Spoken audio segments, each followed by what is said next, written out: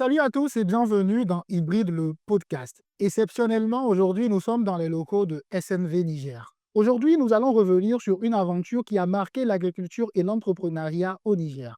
Il s'agit de l'initiative ToScale portée par le consortium SNV, IFDC, Popink, avec le soutien de l'ambassade du Pays-Bas. Après 12 années de fonctionnement, aujourd'hui, ToScale ferme ses portes et laisse place à une nouvelle étape, l'Inclusive Agribusiness Club. Pour ceux et celles qui ne le savent pas, ToScale a été actif dans plus de 10 pays en Afrique de l'Ouest. On peut citer notamment le Niger, le Burkina Faso, le Mali, le Nigeria, la Côte d'Ivoire, le Ghana. L'initiative incube et accélère l'agrobusiness inclusif à travers des partenariats publics et privés en aidant des entreprises et organisations agricoles à produire et distribuer des aliments nutritifs accessibles aux populations vulnérables. L'accent est mis sur l'inclusion des femmes, des jeunes et des petits exploitants afin de transformer durablement les systèmes alimentaires dans plusieurs pays d'Afrique subsaharienne, les accompagnant à atteindre leur but ultime, l'autosuffisance alimentaire. Dans cet épisode, nous allons explorer plusieurs points. Les leçons apprises par les différents acteurs et actrices, les impacts de l'approche agro-business inclusive et surtout, cette question que vous vous posez sûrement, après ToScale, qu'est-ce qu'on aura? L'après ToScale au Niger. Et pour en parler, j'ai le plaisir d'accueillir 3 invités, des hommes et des femmes qui ont contribué à la mise en place et surtout au succès de cette initiative et qui seront à la charge de ce nouveau club. Il s'agit d'un champion d'affaires sur le volet Moringa. Monsieur Mahamadou Abdulaziz, il est promoteur de l'entreprise Goroubi. Bonsoir, monsieur. Bonsoir. Madame Zenabou Salifou, elle est responsable des relations publiques au niveau de la ferme Aïnoma. Elle est championne d'affaires sur la chaîne de valeur Arachide. Bonsoir, madame. Bonsoir. Et de Adjara Saadou Rima, elle est promotrice de la ferme avicole Ouangari. Bonsoir, madame. Bonsoir. Merci et bienvenue dans Hybride, le podcast.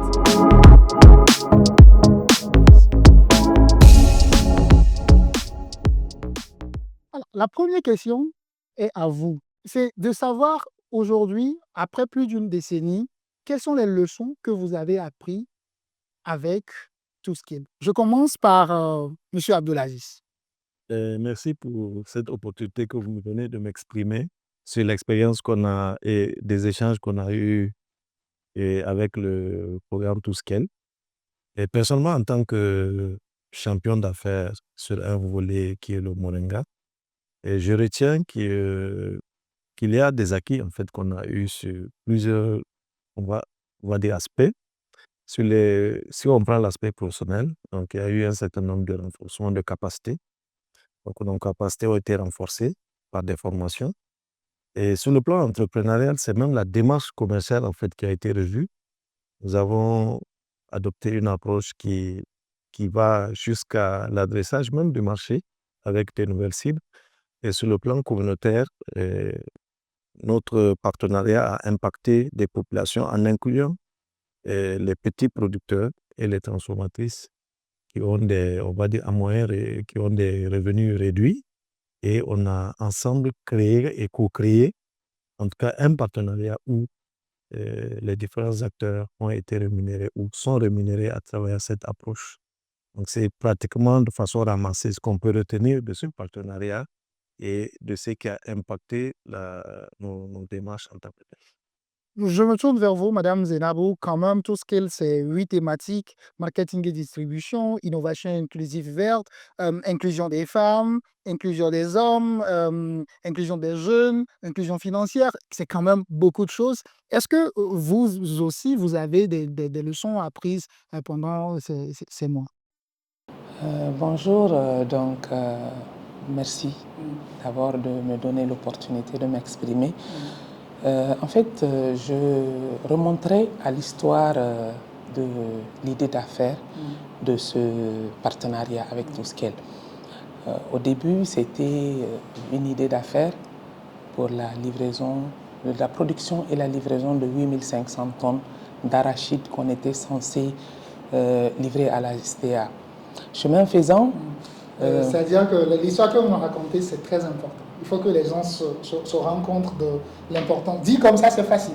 Mais vous devez livrer plus de 1000 tonnes, 8500 plus de 8500 tonnes à la STA, qui est une entreprise. Qui est une entreprise, qui est la société de transformation alimentaire, qui fait le plan Pinot. Voilà, vous en tant qu'entreprise, vous devez faire cette opération. Exactement. Exactement. Maintenant, continuons l'histoire. Ok. Et la particularité de l'arachide qu'on devait leur livrer, c'était de l'arachide free aflatoxine, qui n'était pas sur le marché. L'arachide qui était sur le marché était contaminé par l'aflatoxine. Donc, ils étaient obligés de commander de l'arachide à partir de l'Argentine.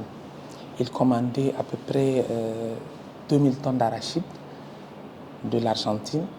Donc, nous avons approché cette structure pour savoir comment est-ce qu'on peut collaborer. Et c'est là qu'a intervenu Touskel. Et Touskel nous a beaucoup aidé, si je pourrais le dire, parce que nos producteurs ne connaissaient pas la production de l'arachide sans aflatoxine. C'était un nouveau concept. L'aflatoxine, qui est probablement un engrais? Non, qui est une maladie qui contamine l'arachide par la rosée. Voilà. Donc, il fallait produire de l'arachide saine pour donner aux enfants malnutris. Donc, on était censé avoir des produits de bonne qualité. Et comment on peut faire ça? On a un réseau de production d'à peu près 3500 paysans multiplicateurs, mais qui n'étaient pas informés, qui n'étaient pas formés sur les techniques de production, sur les techniques de conservation, sur les techniques de transport. Il fallait faire tout ce travail-là. Et avec Touskel, nous avons pu organiser nos producteurs, nous avons pu les former. À la base, nous étions à 3500 producteurs multiplicateurs et à la fin du projet, nous sommes arrivés à 20 000 producteurs multiplicateurs, quand même. Donc vous voyez, c'est vraiment un grand travail qui a été fait avec des formations de qualité, des experts qui ont été amenés et une nouvelle dynamique qui a été inculquée aux producteurs. Avant le projet, le programme Touskel, quand on dit le mot projet avec les producteurs, c'était une subvention, des cadeaux, venir donner de l'argent aux producteurs. Mais là, c'était une nouvelle approche de business. Une nouvelle approche de business. Il y a une jeune à côté qui écoute cette histoire et qui se dit, OK, grâce à Touskel, j'ai mon aîné qui passe de 3500 réseaux d'agriculteurs à 20 000 réseaux d'agriculteurs. Probablement que vous n'êtes pas encore arrivé à ce niveau de chiffres, mais quand vous écoutez tout cela, quelle est votre histoire avec Touskel que vous aimeriez bien partager avec ceux et celles qui nous regardent? D'accord. Bonjour. Moi, de mon côté, je me suis lancée dans l'aviculture par passion. Je n'étais pas entrepreneur. C'est vrai qu'on n'apprend pas, on le devient. Donc, j'ai commencé par passion et puis j'ai commencé avec 100 têtes, 100 têtes de poulet. Donc, avec les 100 têtes de poulet, vraiment, c'était ma passion. J'ai commencé avec les pondeuses. Avec les pondeuses et puis la grippe a tapé. Un beau matin, la grippe a tapé et puis j'ai perdu sur les 100 têtes, j'ai perdu les 110. Ah ouais. Donc, il me restait qu'une vingtaine, sur une trentaine. Et avec les trentaines, j'ai pu, rentabiliser l'investissement. Alors là, je suis allée me faire former à l'université, au centre incubateur. Après ma formation, ce n'est que des petits producteurs. On est parti, on s'est regroupés. Après la formation, on s'est regroupés en coopérative. Donc, cette coopérative, on a rejoint aussi le GAP, qui est le grand groupe des aviculteurs et pisciculteurs du Niger. Et c'est là qu'on a eu à rencontrer Touskel. Avec Touskel nous est venu, Touskel nous a présenté un champion d'affaires, un champion du partenariat poulet de chair. Donc, la conversion a été Champion d'affaires, c'est quelqu'un qui a de l'expérience en fait. oui, qui vraiment produit en grand, Ouais. pas petit producteur comme nous l'étions. Donc, avec ce champion d'affaires, tout ce qu'elle nous a mis en relation, on a commencé à travailler. Et petit à petit, ma ferme s'est agrandie jusqu'à 2000 têtes. Ok. Jusqu'à 2000 têtes, parce que les 100 têtes que j'avais, c'était même dans ma cour à la maison. Et avec les 2000 têtes, on était obligé de sortir. Et on a pu adopter vraiment l'approche tout scale qui nous a beaucoup aidé en termes de formation. Comment d'abord mieux communiquer entre nous et nos agents. Comment mieux être leader dans ton entreprise et même jusqu'à dans la gestion de l'entreprise. Hein. Parce que, comme je l'ai dit, j'étais pas entrepreneur au début. Donc, comment gérer mon entreprise, et les pièces comptables, et comment se faire un salaire, comment prendre en charge les techniciens. Voilà, tout ça, on a eu à avoir des outils comme ça et on a évolué petit à petit. J'aimerais que M. Mohamed aussi nous raconte sa part d'histoire, parce que chacun d'entre nous ici a une histoire quand même. Donc, j'aimerais connaître votre part d'histoire en rapport avec tout ce qui est... C'est ça. En fait, ce que tout ce qu'elle a réussi à faire, c'est que dans le cadre du partenariat que j'ai piloté avec une autre entreprise nigérienne, il y a eu déjà une mise en relation entre deux entreprises. Personnellement, c'est la première fois que je vois que deux entreprises nigériennes se mettent ensemble pour porter vraiment des objectifs communs. Et le premier travail que nous avons fait, c'est de créer ce qu'on appelle une plateforme multi-acteurs pour toutes les personnes qui interviennent dans la chaîne de valeur de Moringa. Et cette plateforme, elle a été créée, elle a été animée et on s'est mis ensemble pour développer un business commun avec deux pôles. Un pôle production qui est porté par cette entreprise et un pôle transformation que nous avons piloté. Et nous avons eu la chance donc d'aller, c'était un projet, donc il a vraiment une durée de vie et on a fait tous les processus jusqu'à la clôture du projet. Et aujourd'hui, donc, au-delà de tout scale et au-delà du business club qu'on va aborder, c'est que toutes les entreprises continuent à perpétuer la démarche pour que les autres étapes de mise en marché se fassent. Donc aujourd'hui, comme je l'ai dit, c'est l'approche carrément qui a été différente. Aujourd'hui, c'est la manière d'adresser le marché. Et grâce à tout scale, on a compris qu'il y a une part de marché énorme qui peut être prise, celle que nous appelons les BOP, qui est littéralement les gens qui sont en bas de la pyramide de Maslow. Et c'est aujourd'hui ces gens qui sont une cible parfaite pour nous, puisque on verra que dans leur habitude, c'est des gens qui vont être amenés à acheter un produit chaque fois. Et dans le cadre du projet, nous sommes partis jusqu'à formuler 4 produits. Et ces 4 produits ont fait l'objet donc d'opérations, on va dire de strict marketing et de marketing opérationnel de test pour l'acceptabilité de ces produits.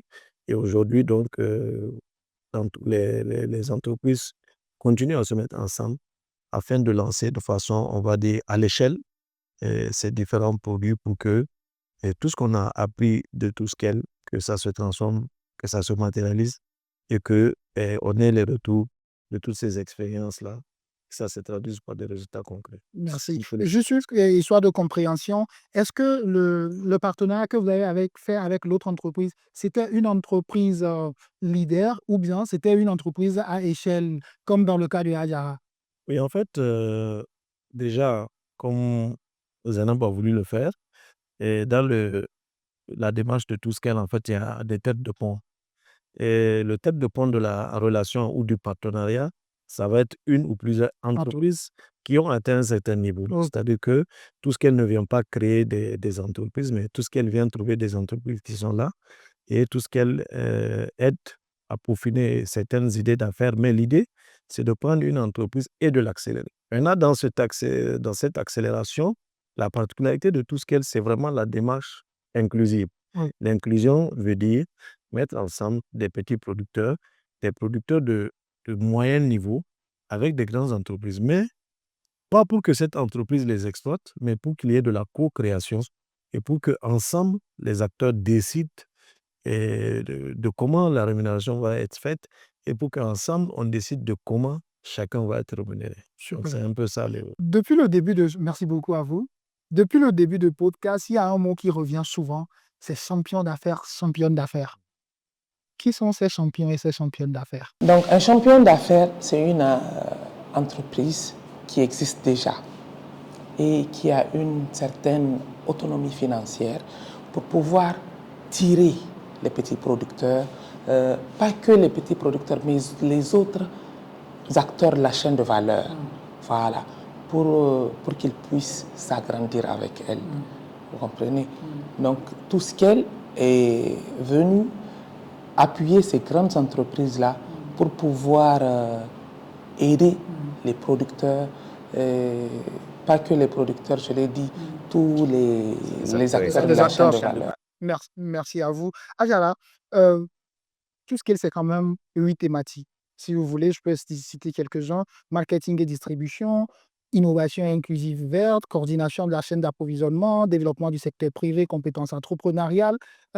Est-ce que vous vous êtes retrouvé dans ces différentes thématiques? Si oui, quel a été le point qui a été vraiment le point important pour vous en tant que jeune entrepreneur? D'accord. Au fait, je suis dans 2 de ces 8 thématiques.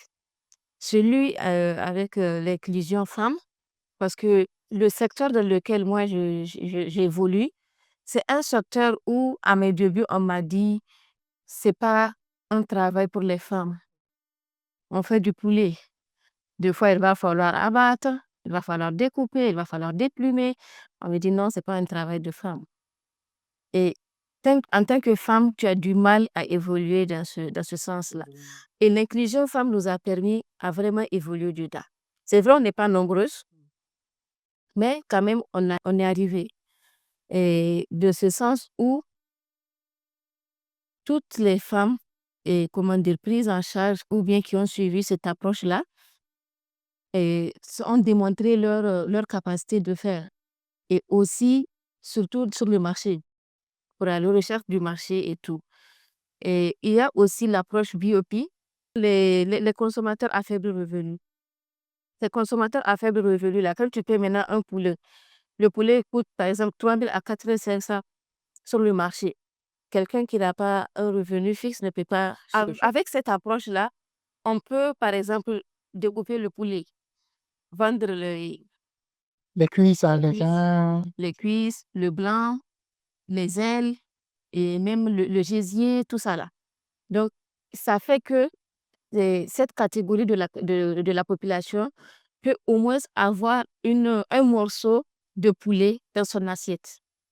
Donc, vraiment, ces 8 thématiques, ils nous ont beaucoup aidés à changer la manière de faire. Ouais, ça dit que vous, dans votre conception de votre modèle économique, je vends des poulets. Mais avec l'initiative, tout ce qu'elle veut dire, ben, je peux vendre des cuisses de poulet, des gésiers, des blancs de poulet et tout. C'est ce que vous essayez de nous dire. Exactement ça. Merci beaucoup à vous.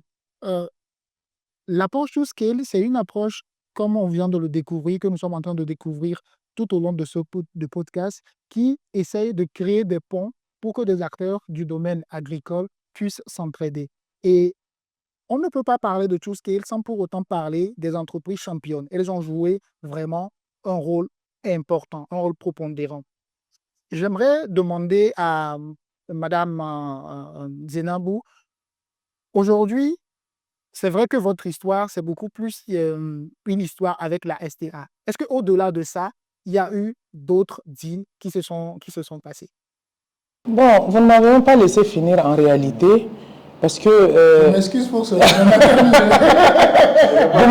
vous m'avez coupé, parce qu'en réalité, l'histoire avec la STA ne s'est même pas réalisée. OK. Et nous avons, chemin faisant, ils ont eu un problème technique, donc comme elle est aux arrêts. Nous nous sommes dit, bon, déjà on a produit avec les producteurs. L'idée, c'est de donner à crédit des semences de qualité, la formation, les intrants, les autres intrants, l'engrais. Pour ceux qui font la production des semences, nous leur faisons aussi la déclaration des cultures. Donc nous prenons la production en charge. Et maintenant, à la récolte, avec le produit que le producteur a eu, il nous rembourse en nature, sans intérêt. Si le crédit qu'on lui a donné est, je dis n'importe quoi, à 100 000 francs, il nous rembourse de l'arachide de 100 000 francs avec le prix sur le marché. On ne fait pas de surplus. Le prix sur le marché, il nous paie. Et l'autre reliquat, s'il veut, c'est un contrat qu'on fait avant la campagne, avant le début de la campagne. Donc s'il veut, il nous vend. S'il pense aussi qu'il pourrait le vendre sur le marché, mais nous, on met une marge pour sécuriser ce stock-là. Parce que si on dit qu'il faut quitter Niamey, aller à Maradi et racheter le stock, et voilà, le producteur, lui, il a des besoins urgents, il faut qu'il vende son stock. Il pourrait le vendre, je dis, le sac à 16 000 francs. Alors que nous, on lui propose le sac à 18 000, de racheter le sac à 18 000. Donc, vous voyez, c'est plus bénéfique pour lui. Pousser dans la précarité. Exactement. C'est plus bénéfique pour lui de nous vendre que de vendre sur le marché. Donc, les producteurs avaient déjà produit de l'arachide. La STA n'était pas en mesure de capter le stock.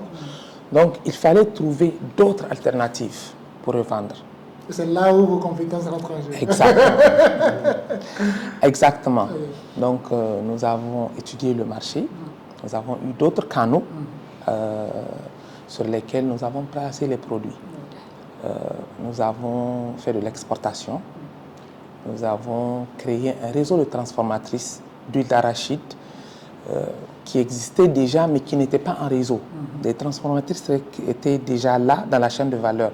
Donc nous les avons regroupées et créé un réseau de 600 femmes. Nous cherchons des marchés pour eux, l'huile d'arachide à partir de Niamey, et elles ravitaillent à partir des pôles où elles sont. Donc vous voyez, c'est plus facile pour elles d'envoyer de l'huile à Niamey à travers un champion qui est là, qui sait là où il va le revendre, que de rester dans les villages et puis vendre de l'huile d'arachide. Voilà.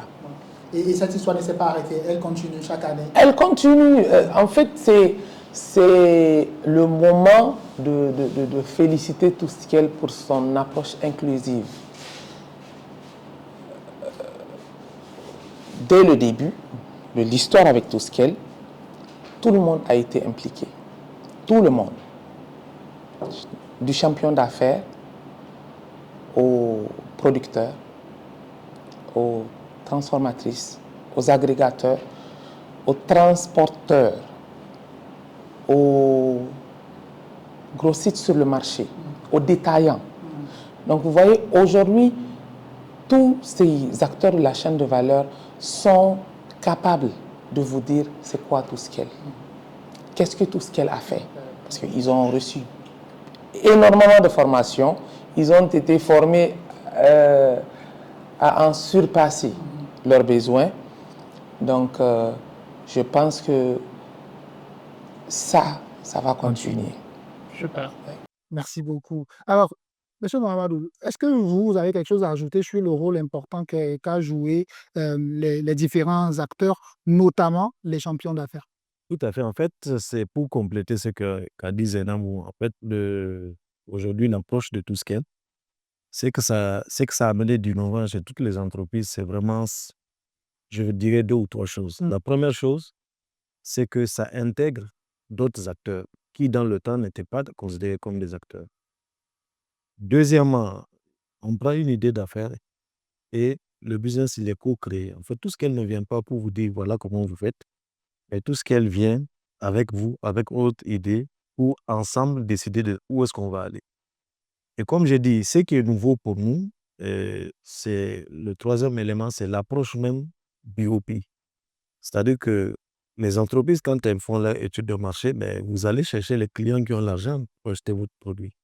Eh bien, voilà une approche qui est à 360 degrés qui vous dit non, en réalité, il y a une cible qui est là que vous ne voyez pas. Et cette cible, en réalité, aujourd'hui, on peut dire que 70% de la population du Niger a des revenus réduits. Donc, quand vous mettez cette masse ensemble, 70% de cette population, même si c'est à un prix minimal, vous avez un gros volume. Donc, toute l'approche de Touskel vise à nous dire voilà comment vous allez voir ces 70%. Voilà comment vous allez les adresser Et voilà comment vous allez vous faire de l'argent régulier. L'avantage de cette approche, c'est quoi? C'est que ces personnes, elles ont une façon de se comporter où elles vont acheter les produits tous les jours. Donc, vous êtes capable de générer du revenu régulier et qui peut être du cash. Donc, c'est d'abord ça, la C'est un gros avantage pour un c'est un entrepreneur. gros avantage. Et aujourd'hui, donc, de la même manière qu'elle t'a répondu, tout ce qu'elle s'en va, mais les acquis de tout ce qu'elle restait, toutes les entreprises qui ont cheminé, qui ont adopté cette approche, ils continuent à l'implémenter. Et c'est sur ces approches que nous continuons à développer nos marchés. Et aujourd'hui, toute l'approche sur le marché, et nous sommes en train de l'adapter. Et pour finir, donc par rapport au BOP, et comment nous vendons nos produits, c'est qu'il y a une approche qui est nouvelle et on a une façon de décliner nos produits et il y a une façon d'aller trouver une cible qui va les acheter tout le temps. Donc, c'est toute cette approche qui est nouvelle que tout ce qu'elle nous a inculqué aujourd'hui. Le projet s'en va, mais nous, nos entreprises vont continuer à vivre et continuer à vivre sur ce modèle parce que on est convaincus, nous, on était venus avec d'autres modèles classiques. En fait, avant l'arrivée de Touskel, nos entreprises ont des modèles d'affaires classiques. Et le terme inclusion, ben, c'est vraiment un des chantiers sur lesquels Touskel a beaucoup travaillé. Et aujourd'hui, on appréhende mieux les relations avec nos différents acteurs. Et le partenariat est un tout, en fait. Il faut le voir comme un tout et l'entreprise n'est plus seule, mais elle est accompagnée à un certain nombre. Et ça crée un socle aujourd'hui où le business, il se fait et en interne et aussi, ben, ça propulse l'entreprise sur des dimensions parce que ces modèles ont fait leur preuve ailleurs. Donc, nous sommes convaincus que c'est des modèles qui sont. Et comme elle a dit, il faut remercier Touskel pour avoir initié, vraiment pour avoir pris sur elle de conduire avec des entreprises ce type de changement et que des entreprises, parce que pour la petite histoire, quand on a commencé nos débuts avec Touskel, qui était un projet, c'est la première fois que ce projet dit, moi je ne vous donne pas d'argent, mais je vais vous accompagner. Et c'est ce qui a fait que d'ailleurs, si vous et un projet à l'envergure de Touskel, il n'a financé que n'a accompagné que 7 partenariats. On aurait dû faire mieux parce qu'on a dit qu'il n'y a pas d'argent. Mais aujourd'hui, nous qui sommes restés, c'est qu'on a acquis en réalité. Donc, vous avez dit 7 partenaires, beaucoup sont venus, mais seulement 7 sont restés. 7 sont restés. Le dernier aspect que je veux ajouter, c'est que Touskel, en fait, a procédé de la manière suivante. C'est que vous avez le partenariat et Touskel a recruté un service qui est spécialisé et qui va vous appuyer avec les compétences que vous n'avez pas. Parce que nous, on est dans l'affaire, on est un commis business. Donc, on n'a pas le temps matériel de faire certaines activités. Donc, Touskel a commis des entreprises pour nous qui ont été payées et qui ont mené. Aujourd'hui, si Zénam te dit qu'ils sont passés de tel nombre à tel nombre, elle n'a pas eu le temps d'aller faire la formation. Elle n'a pas eu à faire cette formation, mais un service lui a été commis et les compétences, ce service va aller les chercher et le temps, il va prendre pour organiser les producteurs. Et souvent, ces personnes sont plus adaptées pour mener ce langage.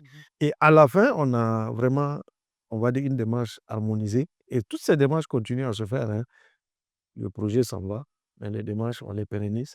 Et c'est là où, après, on verra le business club. Et c'est là où vous étendez la perche pour aller sur l'après Touskel et les perspectives avec l'Agri-Business Inclusive Club qui va être mis en place.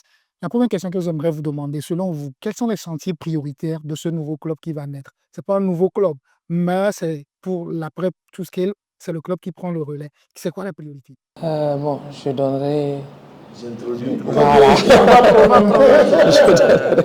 Moi, à mon avis, en fait, comme vous avez dit, c'est un nouveau. Le concept est complètement nouveau. Et c'est la première fois qu'un cadre comme ça est créé. Et je veux dire qu'à l'origine de l'idée du Business Club, c'est que tout ce qu'elle avait réfléchi en disant j'accompagne cette partenariat et après, quand je vais partir, qu'est-ce qu'ils vont devenir? Donc l'idée, c'était on fédère les partenariats dans un club. Mais après, tout ce qu'elle a vu plus loin, et s'est dit, mais écoutez, il n'y a pas que les 7 partenariats. On a impacté 7 partenariats, mais en réalité, ce qu'on veut au-delà, on veut impacter le maximum. Pourquoi ne pas? Puisque tout ce qu'elle, c'est toute une démarche, c'est toute une vision, c'est toute une approche. Puisqu'il y a des gens qui s'intéressent à cette approche, maintenant qu'ils ont vu qu'il y a du concret dedans, pourquoi ne pas élargir? Donc, ce Business Club, il a été créé. C'est d'abord, en fait, on va dire, un regroupement d'entreprises qui ont été championnes, des gens qui ont été acteurs avec tout ce qu'elle, et des personnes qui sont intéressées à porter cette initiative. Donc, c'est ce regroupement qui est là. Mais la particularité, c'est que tout ce qu'elle passe la main de tous les acquis, de tout ce qui a été outil développé à ce club pour que le vulgarise. Et aujourd'hui, ce club, il est constitué de personnes comme elle et moi qui sommes déjà des acteurs. Et le but qui est visé, c'est que nous qui sommes dans tout ce qu'elle a à l'intérieur, que nous sensibilisons ceux qui n'ont pas eu la possibilité d'être à l'intérieur, mais c'est que nous continuons à perpétuer la démarche. Et bien entendu, c'est une organisation qui s'est formalisée. On a un organe de gouvernance, on a une reconnaissance officielle avec RSCPC, on a les statuts et les règlements intérieurs, on est en train de fidéliser, de recruter des personnes pour qu'elles adhèrent. Mais c'est un cadre qui est en train de se formaliser. Mais le but qui est visé, c'est vraiment perpétuer les acquis de tout ce qu'elle, pour que tout ce qu'elle, en partant, sache qu'il y a des personnes. Et l'idée, c'est que quand c'est les acteurs même qui font la promotion de ces acquis, on est sûr qu'il y a de la pérennité, de la durabilité. Yeah. Et c'est là où, donc, à partir de cet instant, hier, il y a eu une cérémonie où officiellement, tout ce qu'elle a passé la main, on va passer le témoin, on va dire, au Business Club. Et aujourd'hui, le Business Club a pour mission vraiment de s'élargir et d'impacter toutes les personnes qui sont intéressées, mais dans la même logique pour vraiment, comme je dis, promouvoir ces acquis, mais être capable d'aider à continuer à créer des entreprises championnes et que toutes les jeunes entreprises qu'on a vues qui ont cheminé, qu'elles grandissent avec ce club. C'est un peu ce qu'il dit. Merci beaucoup. Est-ce que vous avez quelque chose à ajouter? Personnellement, je dirais que je crois en ce club-là. Et je rassurerai le personnel de Touskel que le message est passé. Parce que des entreprises, il n'y a que 7 entreprises qui ont été formées. Et je n'ai même pas le nombre exact des membres actuels du Business Club. Et tous sont aujourd'hui imprégnés et ont adapté cette démarche de l'inclusion. Donc vous voyez, hier, il y a eu la cérémonie de clôture de Touskel et déjà, au lendemain, ce n'est pas que ceux qui ont été accompagnés qui sont dans la démarche. Il y a eu plus et d'autres encore vont venir. Donc je crois vraiment à ce Business Club et encore merci à Touskel. Merci beaucoup. Quand vous, aujourd'hui, Azara, quand toi tu écoutes tout ça, est-ce que tu te projettes dans le club? Est-ce que tu trouves ta place et tu as envie de rejoindre ce club? Ou bien est-ce que tu es déjà là-dedans? Quelle est ta position par rapport à ce club? Je rejoins le club, pas seulement, et j'inviterai aussi tous ceux ou celles qui sont comme moi de rejoindre ce club-là. Parce que les acquis, au fait, ils restent. Tout ce qu'elle s'en va, mais les acquis, le savoir-faire, il est là. Il est là, donc on ne va pas gâcher tout ça. Et s'il le faut, pourquoi ne pas transmettre? Avec tout ce on a beaucoup appris à transmettre quand on a les formations, les renforcements de capacité. Quand on revient dans nos bases, nous-mêmes, on fait la restitution à nos membres pour qu'on ait la même compréhension du mode de gestion, de leadership, de communication, tout ça. Donc, si il y a l'opportunité de donner une chance au club de continuer cette dynamique, mais pourquoi pas? Pourquoi pas? Donc, nous, on reste vraiment confiants que le club, il peut faire mieux, il peut faire beaucoup et on est avec le club. Là, pour clore, je vais demander à M. Mahamadou, en tout cas de mon point de vue d'observateur, de journaliste que je suis, c'est la première fois que j'entends parler d'un business club au sens aussi formel et, et avec une démarche aussi scientifique. Est-ce que avant le club IAC, il y avait des clubs qui existaient? Si oui, est-ce qu'il y avait des leçons apprises dans le cadre de leur fonctionnement? En fait, c'est ce que j'ai dit. Il y a toujours des regroupements qui Mm. existent aujourd'hui. Il y a eu toujours des corporations qui existent, mais une approche qui intègre les entreprises, je veux dire les jeunes entreprises surtout, ou bien des entreprises qui ne soient pas les entreprises classiques de la chambre de commerce, à mon avis, c'est la première fois. Et une approche de ce genre qui transmet des acquis d'un projet avec la formation, parce que le temps ne nous permettait pas de développer toutes les étapes par lesquelles nous sommes passés, mais il y a la première activité qu'on a faite, c'est ce qu'on appelle le TOT, la formation des formateurs. Tout ce qu'elle a pris le soin de former une cellule du club pour être capable de transmettre toute la démarche de façon pratique. Ça, c'était la première étape. Qu'un projet comme ça, qui est développé autant d'outils, prenne la peine de former et de transmettre, on va dire de façon formelle, tous ces outils développés à un regroupement d'acteurs qu'il a accompagnés et s'ouvrir à d'autres acteurs qu'il n'a pas accompagnés, je vais dire que c'est la première fois. Ça en fait quand même, depuis 2009 que je suis à Niamey dans ces activités et depuis 10 ans que je ne fais que ça, c'est la première fois que je vois une telle initiative. Et c'est que tout ce qu'elle a fait de la particularité, c'est que cette démarche, elle a été structurée. C'est pas un bon matin qu'on s'est levé pour dire on va faire un business là. Mais c'est une démarche structurée qui a été validée à plusieurs niveaux. Et plusieurs modèles et mécanismes ont été vus. Et on a travaillé d'abord avec tout ce qu'elle sur un modèle. Et ce modèle a évolué de lui-même. Puisque récemment, avant que vous n'ayez cette version, il y a eu des entretiens entre acteurs. Et c'est de ces entretiens-là, encore une fois, on a co-créé le modèle de Business Club. Et ces entretiens continuent aujourd'hui. À chaque fois qu'on a une activité, il y a des personnes qu'on invite. Et aujourd'hui que le flambeau est passé, on va passer par une étape, on va dire, où on va beaucoup plus structurer la démarche, pour que des acteurs comme moi, ou bien comme Zenabou, qui avons eu la chance, Ou comme d'autres qui ne sont pas autour de cette table-là, ou comme d'autres qui ne sont pas, qu'on soit au même niveau d'information. En fait, c'est ça le but.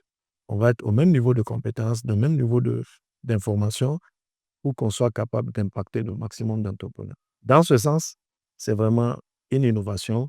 C'est la première fois que personnellement, et je pense qu'on peut facilement le vérifier, mais c'est la première structure de ce genre qui existe. Maintenant, avec le temps, certainement que d'autres des idées inspirées, ça, on va inspirer, et c'est le but, en fait, c'est ça que nous souhaitons. D'abord, nous souhaitons que tout ce qu'elle soit fière d'avoir transmis ce témoin au club, qu'il soit fier d'avoir créé cette initiative et que nous soyons capables, en tout cas, d'atteindre les objectifs qui nous ont été assignés. L'autre souhait, c'est de pouvoir inspirer. Parce qu'on a toujours dit aujourd'hui, pourquoi l'agriculture n'attire pas les jeunes? C'est parce qu'il n'y a pas de modèle. C'est parce que les jeunes ne sont pas convaincus que c'est un métier. Donc, l'un des objectifs que nous faisons, c'est de dire à ces jeunes que le business agricole, c'est un métier dans lequel on va bientôt voir des jeunes comme elle émerger et devenir champions. exactement. Ou elles travaillent pour nous, nous on va être actionnaires dans les entreprises et on va dormir et vont travailler. C'est ce que je... Merci beaucoup pour ce mot-là, très beau et très encourageant. Aya, est-ce que vous avez quelque chose à dire? Je pense que M. Abdelaziz a tout dit par rapport à... Lui, il a encouragé les jeunes à rejoindre, mais peut-être que vous allez encourager des femmes, parce que Ajara l'a notifié. Le poulet, c'est pour les hommes. C'est ce qu'on lui a dit. Ah, maintenant, c'est aussi pour les femmes. Ouais. Maintenant, elle l'a pris. Pour les... Le poulet, c'est aussi pour les femmes. Et vous, qu'est-ce que vous avez à dire par rapport à ces... Ce que j'ai à dire, c'est qu'il faut, comme je l'ai dit tout à l'heure, j'y crois. Je crois en ce club. Et on a un grand travail devant nous de vulgarisation. Il faut qu'on informe les gens de cette nouvelle démarche. C'est la première fois qu'on voit un club qui ressort d'un travail qui a été fait. En général, dès qu'un projet finit, tout le monde se sépare et puis dès qu'on se voit, on se voit à un autre atelier ou dans la rue peut-être pour se saluer. Mais là, les acteurs sont restés et il y a eu d'autres qui ont adhéré. Donc, je pense que c'est une très bonne chose et que maintenant, reste à nous de poursuivre ce travail, de le vulgariser vers d'autres personnes pour qu'elles puissent adhérer et qu'on soit vraiment quelque chose de fort, quelque chose de... un club de... comment je vais... de référence qui impacte, qui va impacter bon nombre de la population. Merci beaucoup. Voilà. Merci Un mot infiniment. de fin. Oui, un mot de fin. Un mot de fin. Un mot de fin. Je vais faire un dernier tour de Je table. je voulais juste raconter une petite anecdote. En fait, c'est que quand on a fait une des activités du club, on a eu des banquiers qui sont venus. Et l'un des banquiers s'est levé d'ailleurs, en félicitant l'approche, en disant que c'est la première fois qu'ils ont une alternative. Et moi, avant-hier nuit, à la veille de la dernière rencontre, j'ai discuté avec un banquier justement qui me dit, Intel, est-ce que tu es capable de me donner une liste d'entrepreneurs que je vais financer? Je lui ai dit non. Et pourquoi tu me poses? Non, j'ai appris que vous avez un business club et que tu es vice-président. J'ai dit effectivement. Et il me dit non, si tu es capable, j'ai dit bon, au stade actuel, laisse-moi du temps, mais d'ici peu, on serait capable. Donc, quand vous voyez que des partenaires comme les banques assistent à nos activités, le fonds d'investissement comme le FISAN ne rate pas nos activités, donc ils y croient eux-mêmes, comme elle qui a une alternative nouvelle. Maintenant, comme je dis, et pourquoi j'ai voulu ce mot de la fin, c'est d'abord à l'endroit des membres du club. Comme elle a dit, il faut qu'on soit ensemble et il faut qu'on ait la même vision. La vision entrepreneuriale à elle-même, c'est quoi? Elle est déclinée sur l'horizon aujourd'hui. Si vous ne regardez pas l'horizon, ben, vous ne serez pas un entrepreneur. Exact. Je demande à mes autres jeunes membres du club de venir ensemble pour qu'on ait la même vision et pour qu'on co-crée ce club pour qu'il atteigne ses objectifs. Mais comme j'ai dit, il s'agit pour nous de développer des modèles qui vont être inspirants. D'abord, tirer les entreprises vers le haut, mais être capable de créer des vraies entreprises championnes pour qu'on soit vraiment une référence et que les partenaires, comme les banques et comme les autres partenaires techniques, se retrouvent à travers tout ce que nous faisons. C'est ce qui est vraiment visé et c'est en ça que le comité de pilotage et le secrétaire exécutif s'évertuent de faire, mais avec l'appui en fait, de tous les membres actifs pour le moment, des membres fondateurs et de tous ceux qui vont nous rejoindre. Ah, Sarah, tu as quelque chose à ajouter? Folklore? Oui, pour terminer, j'aimerais dire, si aujourd'hui on constate que nous, petits producteurs, euh, et puis nos champions, on est restés pour continuer tout ce qu'elle a, là où tout ce qu'elle s'est arrêté, c'est que ensemble tout le monde a vu l'enjeu. Ça veut dire que tout ce qu'elle a réussi et que l'approche nous a servi. Donc, c'est de là que vient la volonté de continuer. Parce qu'on sait qu'il y a un avenir, de nouvelles perspectives après ça. Donc, parce que si c'est ça, les champions d'affaires, eux, c'est des champions, c'est des géants, ils peuvent très bien dire, bon, hey, ouf, c'est terminé là, c'est bon pour nous. Mais on est tous restés dans ce club pour la continuité des acquis. Donc, voilà un peu ce que j'aimerais dire. Une raison pour laquelle c'est parce qu'il y a des enjeux et ensemble, on peut faire quelque chose de grand. Est-ce que vous voulez ajouter quelque chose pour conclure? C'est pas fini? Je veux bien, mais je ne veux pas aussi qu'à la fin, vous me dites que vous ne m'avez pas demandé de placer un mot de Non, c'est bon, j'en ai fini. Je peux peut-être ajouter qu'ensemble, on peut aller vite. Non, seul, on peut aller vite, mais qu'ensemble, on peut aller loin. Et le plus important pour nous, c'est d'aller loin. C'est un peu ça. Merci beaucoup à vous, mesdames, messieurs, d'avoir accepté répondre à cette invitation. Merci à la SMV, grâce à qui ce cadre a été créé pour que nous puissions enregistrer ce podcast. Tout ce qu'elle, les rideaux sont tombés. Le club IAC prend le flambeau et l'impact, il est important. Le plus important devant nous maintenant, c'est d'aller assurer l'autosuffisance alimentaire du Niger et ensuite du Sahel. D'ici là, portez-vous bien et à très bientôt pour un nouveau numéro d'Hybride le podcast.